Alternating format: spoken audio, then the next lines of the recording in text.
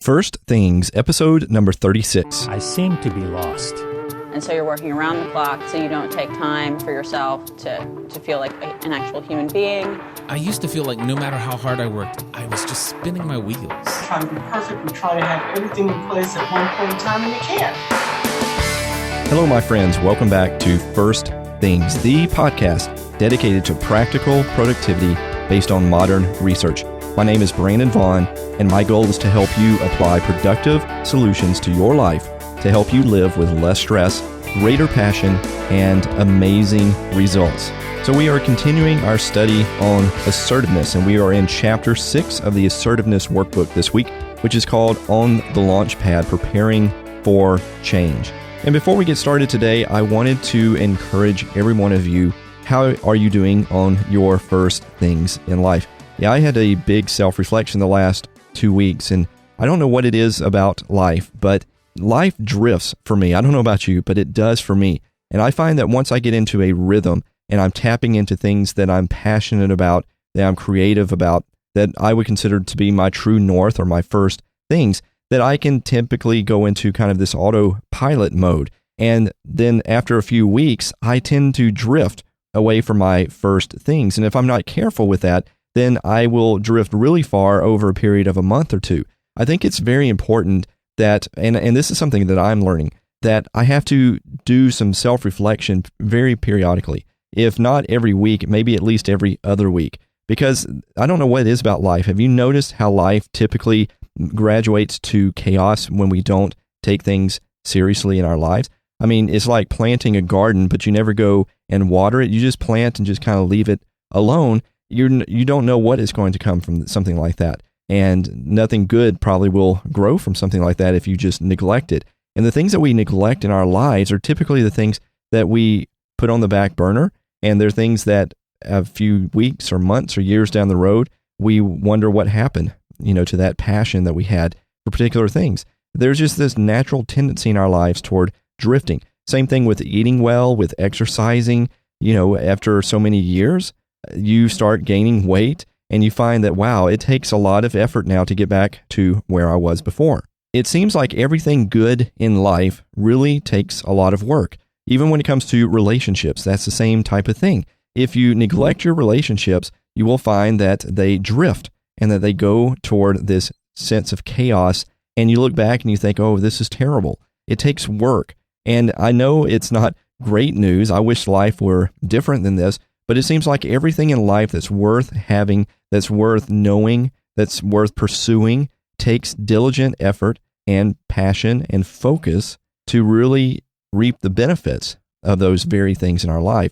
And I just mentioned that because I want to encourage any of you that if you are feeling that way, if you're feeling a little aggravated with life, a little frustrated with life, because I have been the last few weeks, that you should take some time and self-reflect. And ask yourself, where are your first things? What are your first things? And are you pursuing your first things? And sometimes your first things can change. I was in a meeting just the other day, and it was the first day of a meeting, and there was these presentations being done. And these are things that I've done before. And some of the people that I work with now, I don't know if they feel threatened by my background or what, but it's hard to really know them and to just be friends with them. Maybe there's a newness in our relationship, and I just felt frustrated because I'm like, I don't really feel like these guys appreciate me or appreciate where I've come from in life. And then here's some people up there, they're presenting things that I talked about 6 months ago. And yet now when these guys are talking, it's like, wow, this is the greatest thing we've ever heard. And it's like, well, gosh, I did that like 6 months ago, and you guys didn't even acknowledge that I did it at the time. And I could tell there was this point of frustration rising up in me. I was very aggravated, and I had to take some time and step back and analyze my life and think, okay, now I've gone down a certain pathway in life, and I've chosen some things to really focus on in life, and these are the things that I want to pursue. These are my passions, and because of that, there were some things that I laid aside, maybe either momentarily or laid aside for a long period of time, and one of those was in this area, that I want to be the great consultant and instructor and things like that, because many of you know that's my background. I'm a university teacher and had been for most of my life, but I've started pursuing other areas in my life, other types of consulting things, this podcasting, music, and different things like that. And this was where my focus has been. These were where my passions were. And I had to say, wait a minute, you could do that if you wanted to. You could be the rock star in this particular place if you want to, but that's going to consume all your energy and time, and you're not going to have time to do your podcast, and you're not going to have time to do your music and other things that you want to do, like being an author and writing and stuff like that. Is that worth it for you? Because it is a choice. I mean, even when we're talking about assertiveness, we're talking about choices. So I had to say, okay, I do have a choice here. I could be the rock star among these people if I wanted to. I could devote time to that. And probably in a couple of weeks or at least a month, I could be the rock star among them. But do I really want to exert all of that energy and time toward that? And when I started thinking about this and realizing, no, there are other things that I'm more passionate about, and that's really where I want to spend my time and focus, then it's amazing how I wasn't frustrated anymore about those types of things. It wasn't an identity kick that I had to have certain things or people's approval, or they had to say certain things in order to feel good about myself, because I realized that isn't really what I wanted anyway. But I actually had to go through that experience of that. And I don't know why I'm telling you this, because it doesn't have anything to do with our topic for today, but I just wanted to encourage any of you who do feel frustrated that you really should look at your life and see why you're frustrated with things, and see if you have energies devoted to things that aren't your passions in life. And if you're frustrated with things that are your passion in life, then keep pursuing it and figure out why you're frustrated, and not to set unrealistic expectations for yourself, but keep pursuing those types of things. Anyway, I don't know if that was any encouragement to you guys. If not, then you could just hear my demented thinking about some of the things I've been dealing with the last few weeks. Because everything we talk about in this program is very real for me. I come to you as someone who, I told you this in the very first episode, I am someone that's a learner like you. And some of the things I talk about are things that I have learned, and I feel that I can help. Some of the things I'm learning with you. I'm not an expert on everything that we talk about on these shows, but these are things that I'm passionate about. I want to help other people in things that I've learned, and I want to help other people as I'm helping myself in other areas that I'm still working on. And definitely in this assertiveness thing, there's some things that I'm still trying to come to grasp and think through. Okay, so enough of all of that. Let's get into this next part of the Assertiveness Workbook. Let me read this beginning paragraph from the author of the book. He says, "By now you know about the different styles of interpersonal behavior: passive, aggressive, and assertive. You have identified the styles you overuse and the areas in which you need to become more assertive. You are familiar with some of the common barriers to assertive behavior. You know that your body stress response, your gender, and the other people in your life can all act to hold you back from being as assertive as you would like to be. You know that your personal history has likely given you some negative beliefs about assertiveness, about social relationships, and about your place in the world. Beliefs that lose some of their power once you become aware of them. And you have considered some alternative ideas that you can use to overcome these distortions. Perhaps now you are ready to start out some new skills and strategies for assertiveness." And he says, well, almost. And so this chapter goes into a few more suggestions before you start really tackling your behavior or your communication style to be more assertive. Some things that deal with some other ideas about assertiveness, some things that deal with relationships with other people, and some things that deal with change in your life. So let's dig right into those.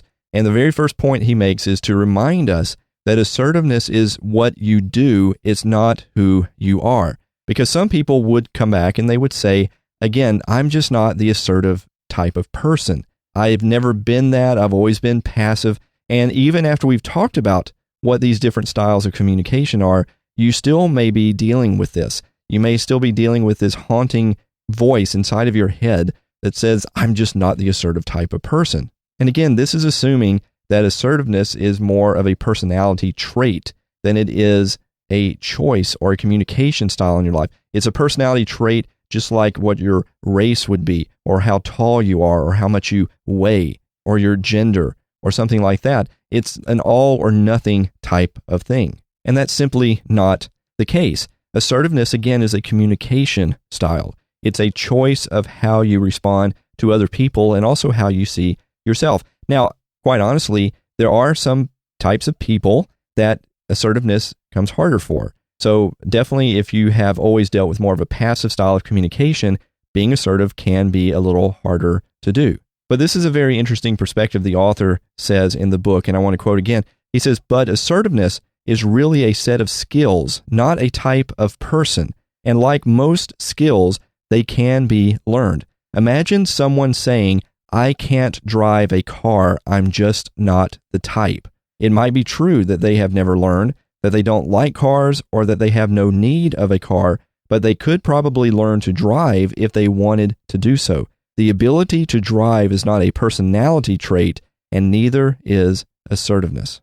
And I think that's a great illustration to really drive home the fact that assertiveness, again, is a choice. It's just a strategy. It's a form of communication. And for some of us, it's going to feel awkward if we're not used to doing this. It's going to feel unnatural to us. And if we're not careful, we may feel that awkwardness and retreat. We may feel like this is an indication that we can't do it, but that's not what it is. It's just a sign that we haven't done it before, not that we can't do it, and this isn't something that we should give up on. And as he talked about the illustration of driving a car, well, I think all of us can remember when we first started driving a car and how awkward that felt. I still remember trying to parallel park, and fortunately, that's not something that we have to do as much. Some cities still have those types of parking spaces, but I remember being so afraid of that, so stressed out about having to parallel park. That was a very hard thing to do. And I also remember being very stressed out when I got into very heavy traffic, because I grew up in a small town that basically had one traffic light. It was like a Mayberry, if you've ever seen the Andy Griffith Show. That's basically the town I grew up in. It had one fast food restaurant in the entire town, and we were like 20, 30 minutes away from any other major cities. And this was the town I grew up in. I think my graduating class had 60 people in it. So this was the environment I learned how to drive a car. So imagine when I first entered in some place like Atlanta, Georgia for the first time, and I've never been into some cities like Los Angeles, California, which has major traffic. Atlanta's pretty bad though, as well as Dallas can be, but that scared me to death. And to think if I would have said, "Oh, I'm just not the person that can drive, that must be for other people." No, I kept after it, and I said, I'm just not used to this type of thing, and didn't let that become an excuse to give up driving. I just realized I needed more practice in it. And that's the same thing with assertiveness. Yes, some of you are going to feel very awkward. You're going to feel very odd and off by doing this type of thing, but it's just part of it. The second point he says is we've got to allow errors. And guys, you know that this has been a big theme for me. I've talked a lot about failure, and I really feel like we have to give ourselves permission to fail. We are going to make mistakes, and we're going to make mistakes in this, but that's really probably the time that we will learn the best. So if you try to be assertive and you fail, those can be some of your best learning opportunities to understand really what assertiveness is all about. As the old saying goes, if you never fail, then perhaps you're not trying hard enough. Because if you really try hard enough, you are going to fail. And so you should expect some setbacks when you do this. You should expect some errors and some mistakes along the way. The author says this about that particular principle. He says, so try to catch yourself saying, what if I make a mistake? This question falsely assumes that there is some possibility you won't make mistakes, and there isn't. You will make at least one. A better question to ask yourself instead of what if I make a mistake is to ask yourself, when will I make mistakes, plural, when will I make mistakes, and how can I remind myself to make the most of them? What can I learn from this mistake? If I were to make a mistake, what am I going to do to learn from it and to use it as a catalyst toward my success? Another principle that he talks about is when you start becoming more assertive in your life, to start easy. And that is, don't go out and tackle your toughest relationships, the most difficult people in your life, the most difficult situations in your life. Don't go do that at first. You know, I'm watching basketball right now. We're about to enter into the playoff seasons, and I've always loved basketball. I used to play basketball when I was in high school for a little bit, and I'm about 6'1", and I always thought I was pretty tall until I started playing with the guys that played basketball. And I don't know if any of you guys remember Isaiah Thomas, but I think Isaiah Thomas was almost around my height, and that was pretty discouraging for me because I thought I was pretty tall, and then looking at Isaiah Thomas, who looks really small on the screen compared to everyone else, And it kind of pushed me away from it, which I wish, again, I'd had somebody like me now in my life back then. I wish I had a podcast like this to say, what are you doing? Because I wouldn't have given up on those types of things. But it's the same thing. If I started playing basketball right now, after having not played for years, would I really expect to be playing against LeBron James or somebody like that, a Kevin Durant? I mean, these are major people, a Michael Jordan. I mean, I can't play against those guys. Maybe I could in some dream fantasy of mine, but only if I really practiced and did a lot of stuff. And to go from nothing to playing them, that would be absurd. I would not last 5 minutes with those guys. And this is a basic thing when we come to these habits as well, is you shouldn't start out with your toughest battles. You should start out with ones that you can easily win. And this is what the author says about this. He says a better strategy is to take your time and practice the basics first. One way to do this is to break assertiveness skills into their components. For example, you might start by practicing an assertive posture or vocal tone, perhaps in front of the mirror. Then you would gradually combine the skills until you feel ready to try them out with someone. And that's basically the purpose of this workbook. It encourages such a strategy by introducing new skills a bit at a time, starting with the skills that people often find easier to learn. Another aspect of this approach is to start by practicing assertiveness in easier situations and then gradually work your way up to the difficult ones. This means that you must temporarily give up on your most difficult situations. And I think this is very good advice, but it could be really hard. Some of you that may be listening to this are really excited. I want to be more assertive. I want to really implement this in my life. And you want to go out and just conquer all of the difficult situations in your life. And it feels maybe a little self-defeating to say, no, leave the difficult ones alone for right now. Don't even mess with them. And it does. You may actually feel kind of let down by that because you want to go out and tackle everything. But I'm telling you, if you want the most success in this area, you should start small and gradually build yourself up and practice alone, practice with yourself, get a tape recorder, tape yourself, do different things, try it out on things that are very manageable, things that are easier for you to deal with, and build up over time. Tomorrow is not the best time to confront your boss, especially for those who are very passive in your style of communication. Don't go confronting your boss or your spouse tomorrow. You're very much going to face defeat in those areas. And while you can still learn from your defeat, I don't want you to become discouraged in your defeat. And I think if you go after your hardest things first, that is not the best strategy for how to implement this. So as an exercise for this, can you think of 2 things that in your life that are less challenging than the hardest things? Can you think of your 2 hardest things or your 3 hardest things? What are the 3 hardest relationships in your life or circumstances in your life for you to be assertive? What are the hardest things? Just think about that right now. And then think about the 2 or 3 of your easier things that you could do. Even if that is maybe just practicing by yourself in front of a mirror, could you at least do that? That is maybe the simplest thing you could do. Is there other simple things, other types of relationships with friends that you're really close to and you don't feel as intimidated that you can practice being assertive? Is there anyone in your life that you can go and say, I'm learning to be more assertive in my body language and in my tone and in just speaking my mind? Can I practice with you or can you hold me accountable? Maybe there's things like that are very easy for you to start working on assertiveness skills in and go after that then. The next thing the author mentioned is something I'm going to disagree with because it's something that I've been kind of debating about over the last few weeks. And he says it's not necessary to be assertive all the time. Now, I think I know what he means by that, but I talked about this last week. I've really debated about whether or not the terms passive and aggressive can be neutral terms and if they can be okay terms. And I suppose they can. What I find more often than not, though, if you say aggressive, almost everyone assumes that's a negative thing. So if someone's being aggressive, it's not a good thing necessarily. It's usually meant to be a negative thing. Now, unless you're playing sports and somebody was really aggressive, sometimes that may be viewed as a positive thing. But a lot of times when people talk about communicating or, wow, that person was really aggressive in the meeting, that isn't always a good thing. Yet, some people may feel like passive is kind of good, humble and meek type of thing. The way that I'm starting to see this, and I mentioned this in the first episode, again, of this series about how we can slip back and forth. So there are some things you may want to be passive about, some things you want to be assertive about, but then that implies that there's some things you want to be aggressive about and some things you may want to be passive-aggressive about. And I don't see any merit in being passive-aggressive. I think that is very bad forms of communication. And I think aggressive styles mostly are bad forms.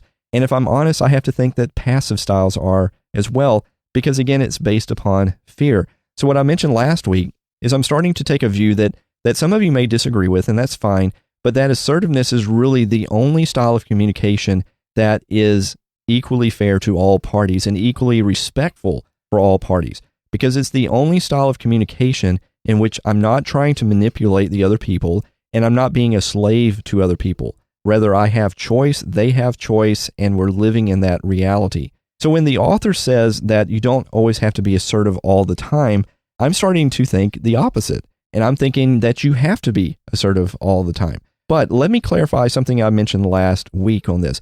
I think that there are different expressions of assertiveness. And this is where I'm starting to see, and I struggled with how to say this last week, but I realized that basically all it is I believe there's a continuum between nonverbal assertiveness all the way to the other extreme, which is verbal assertiveness. And I think that we can live within that continuum. And there's many instances which I can be assertive, but I don't have to say anything, and I don't have to do anything. I can choose to just sit there or to leave or to do something. I don't have to be verbal about it. And again, I think many of us, and I was talking to my friend Tori just the other day about this, in some ways, maybe we need a different word than assertiveness, because that maybe has a lot of baggage to it. And many people see the word assertiveness, and again, they think of aggressiveness. They just assume those are synonyms, that they mean the same thing. And I'm really pushing that assertiveness is not that, but it's only because I can't think of a better term for it. And if you think of a better term than assertiveness when we're talking about this choice in life, then let me know. Send me a comment on my blog site or on Facebook or Twitter. I'd love to know if you have a better term than that. So I think that we can be assertive all the time, but how we express it doesn't have to be verbal. It doesn't have to be physical. It can range from soft, nonverbal assertiveness all the way to verbal assertiveness. And I've known many people that didn't say a word, but they were assertive. We talked about this last week. I can take a situation in which somebody speaks something very judgmental against me, and I cannot respond, but one type of non-verbal response may be based upon fear, and that is more of that passive style, whereas I can just choose not to engage this person because I know it's not going to benefit either of us, and I don't really care about their opinion of me. So the fact they judge me is not going to ruin my day because I don't need them to accept me in life, and I just choose not to engage in that. Now, I could speak my mind and say, it isn't fair for you to label me like that. There's nothing wrong with that, but there's also nothing wrong with me just walking away or just not saying anything. As long as I choose to do so, and I choose it not based upon fear. So anyway, think about that again. I said this last week.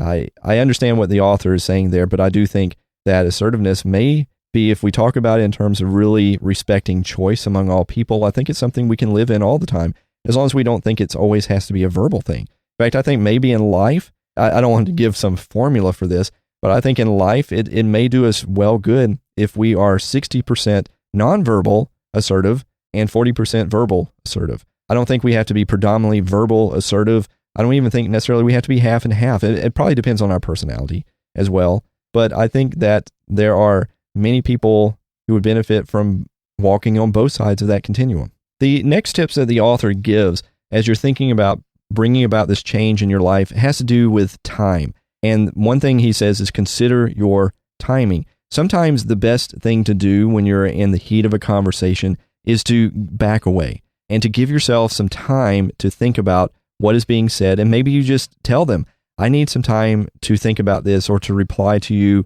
or I can't answer this right now. Can I think about it for a few days and get back to you tomorrow or at the end of the week? Can I get back to you in a few minutes about this? And give yourself some time to actually think through a request that's been given to you or either a challenge that has been done to you as well. He says to strike while the iron is cool is a very good way to deal with life. When you're speaking with someone that's very upset, it can make you upset. It can make everyone that way. And it's a very good thing to back away from this and to get away from that situation, especially if you get very aggravated or you are very aggravated. I failed miserably at this a few weeks ago. It was around my birthday. My birthday was at the beginning of April. And the day of my birthday, somebody called me And it was something that it was a particular project I was doing, and I didn't do as great of a job on it as I should have and would have wanted to. And I acknowledged this to the person. Yes, I agree with you. I can do better about this. And this person started becoming more and more aggressive with me over the phone, which baffled me because I had acknowledged, yes, I'm going to do better. I acknowledge what you say. And it's like they took opportunity I guess they were surprised that I did that they decided they were really going to heap it on deep for me. And I became very frustrated with this person. I realized afterwards I should have done everything to go ahead and try to just get off the phone at that point in time because I was getting very frustrated. And I found myself getting into a very defensive mode and basically trying to justify myself. At first, I was just trying to get them out and I was agreeing with them about this. But then I started justifying myself and then I started attacking them at the end of the conversation. And then I hung up and realized, wow, I may have burned the bridges on that particular relationship. And I didn't mean to, but I really was feeling attacked by this person the longer the conversation went on. And this was an area where I should have backed away and allowed myself to cool down, to really think about how I should respond to this. And so that's a good strategy to do. If you find yourself overwhelmed, your senses and your emotions are overwhelmed, you need to back away. And this may be especially true for those who deal with aggressive styles of communication as your predominant style. You may have to learn, maybe even through failures, to back away and to give yourself some time before you respond. And some who deal with the passive styles may also deal with this as well, because you may feel so overwhelmed and attacked that you could really lash out because of that type of thing. And it's good to allow yourself some time to cool down. Now, he does mention two negatives about that, and that is that it is usually better to deal with something as soon as you can and not let it just linger on and on, because if you take a couple of weeks before you finally address it, then the other party may think, I'm not really sure I even know what you're talking about. And therefore, that may be a good thing for you, but it's usually better to deal with something as soon as you can. So don't let it linger too long. Allow yourself a chance to cool down and think about it. And let me tell you some advice. I think this is pretty apparent, but I think it bears saying, and that is, we've got, as wonderful as technology is, as wonderful as text messaging is, as wonderful as email is, as wonderful as Facebook is, and all this kind of stuff, I want to encourage you in your move toward becoming more assertive, that if something is wrong between you and another person, and you want to address this, maybe they are being judgmental to you and you've got to respond to this, or somebody accuses you and you got to respond to this, or it's just something you want to speak out on, do us all a favor. And I'm speaking to myself here. This is a hard lesson I've had to learn. Do not email someone about this. Do not text them. Do not Facebook it. You go and talk to that person by phone, or better yet, in person. And I know for some of you passive styles of communication, that is like throwing fire on a gasoline. I've struck fear in some of you by saying this, because it's so much easier, and I can relate to this. It's so much easier to sit down and fire off an email. But I can tell you that every time I've ever done that, and I've unleashed my assertiveness through an email, it has almost always been misinterpreted by the other person. It has come across way more hostile than I ever thought it would to the other person.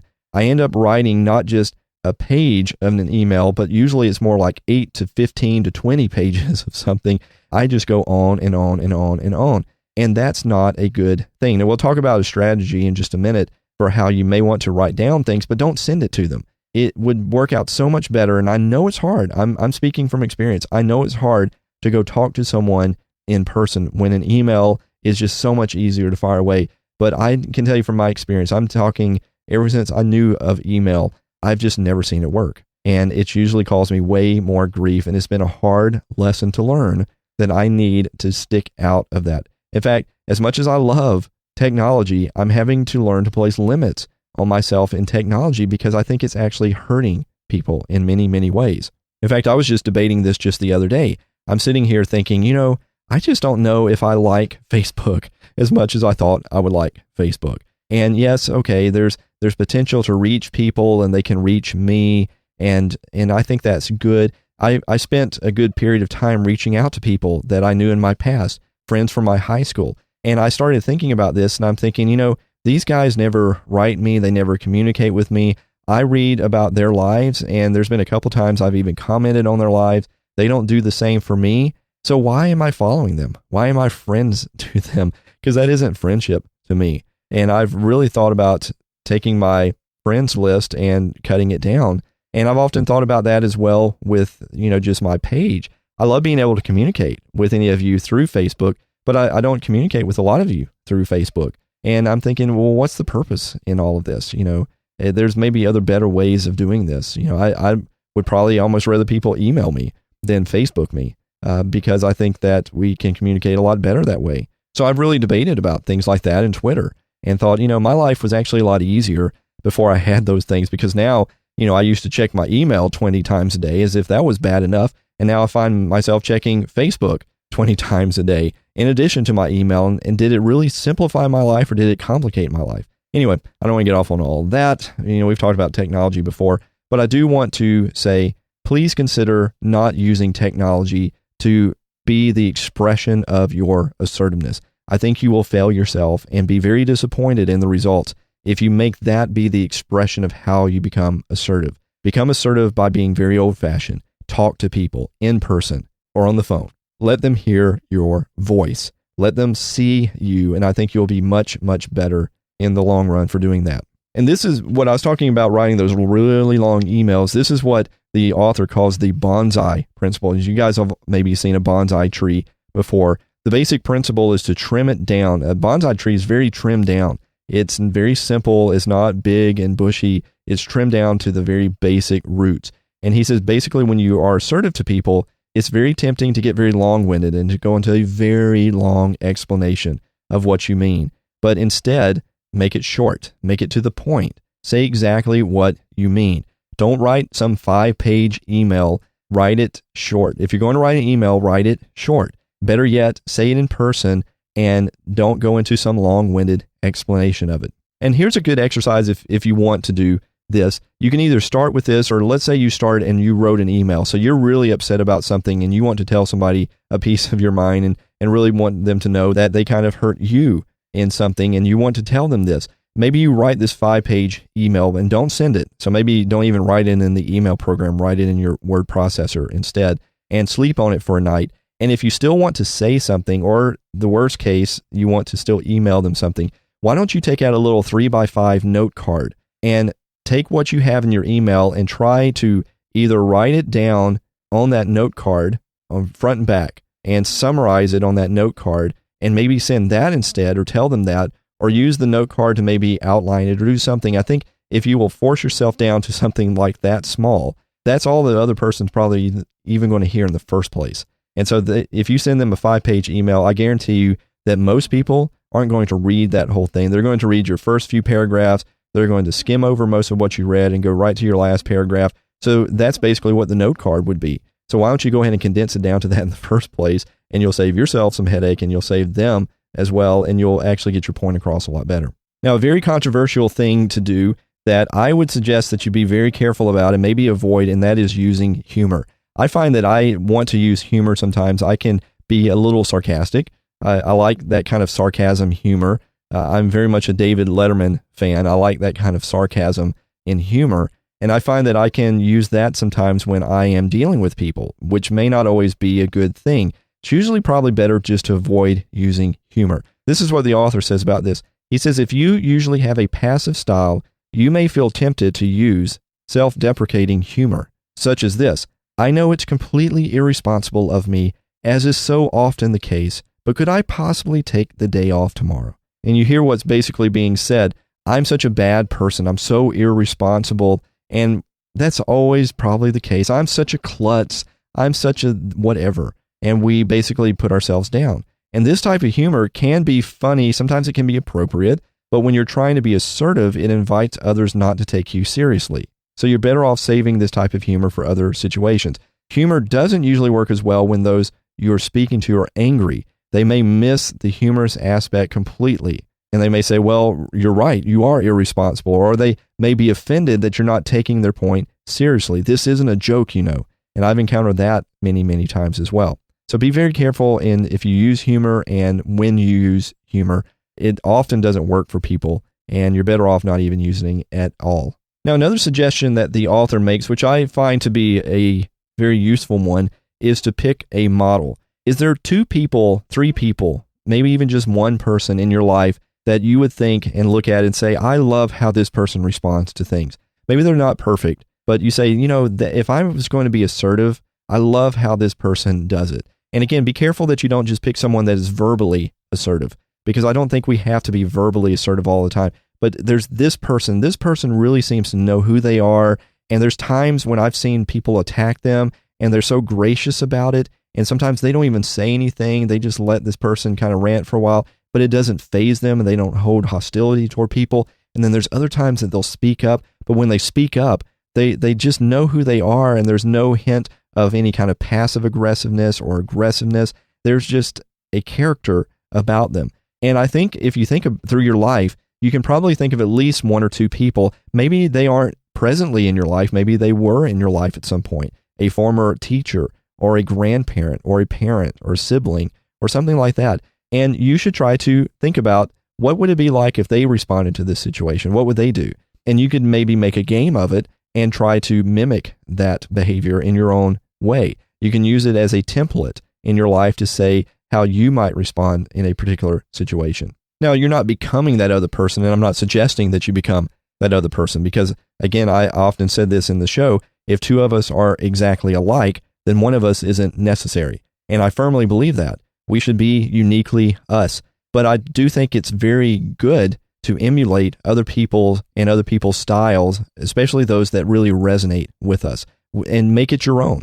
Make it your own flavor, make it your own expression of it, but definitely use other people as inspiration in your life as you're moving toward these types of things. And the last thing I want to mention from the book, and there's several things we've skipped over in the book this week. Again, I hope that you pick it up and look through it. I'm hitting a lot of highlights or things that really resonated with me, but it does bear saying, and I haven't actually mentioned this up to this point, a lot of stuff we've been talking about, especially the verbal styles of communication, maybe even nonverbal styles of communication, of assertiveness, can definitely be cultural. So if you're listening to me, and I have some great listeners who listen to me from around the world, thank you so much for listening to me. But some of the things that it comes to being assertive may work in some cultures better than others. So in some cultures, it may be very much expected that you are verbally assertive, not aggressive, but verbally, that you should speak your mind, and it can be an insult if you don't. While in other cultures, it may be an insult to be verbally assertive, especially maybe to a boss or to a superior in some way.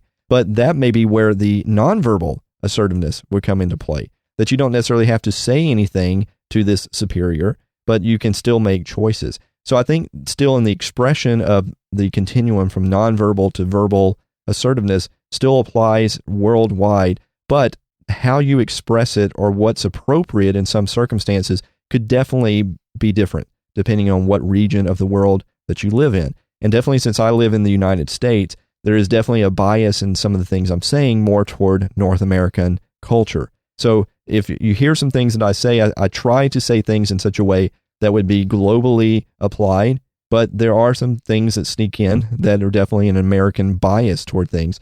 And so if you listen and say, well, I like what he's saying, but that particular example wouldn't work in places where I live, well, take that and come up with your own example that would work. So that's going to end us for today.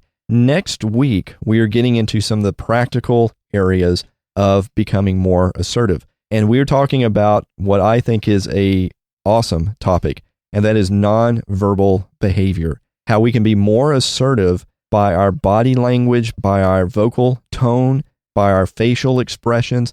And I'm hoping to have a special guest with me next week. If everything works out, we will. And this is going to be a person that I think you're going to really enjoy, that's going to be very much an expert on this. And I hope that it comes through. If not, you're going to hear me yet again talk about these issues, and it'll be quite okay. I don't want to tell you who's going to be here just yet in case it doesn't work itself out, but it looks like it should work itself out. And it's going to be a great time. This is going to be, I think, a highlight for many of you, that we really talk about the body language and how your body language can make a big impact on you to be more assertive. And you may have never thought about it before. How you speak, how you do your face, how you do your body, what that says to other people, and how you could do a better job with that. So that is what we're going to talk about next week. And I can't wait to get into that. That's going to be a very, very fun thing to talk about.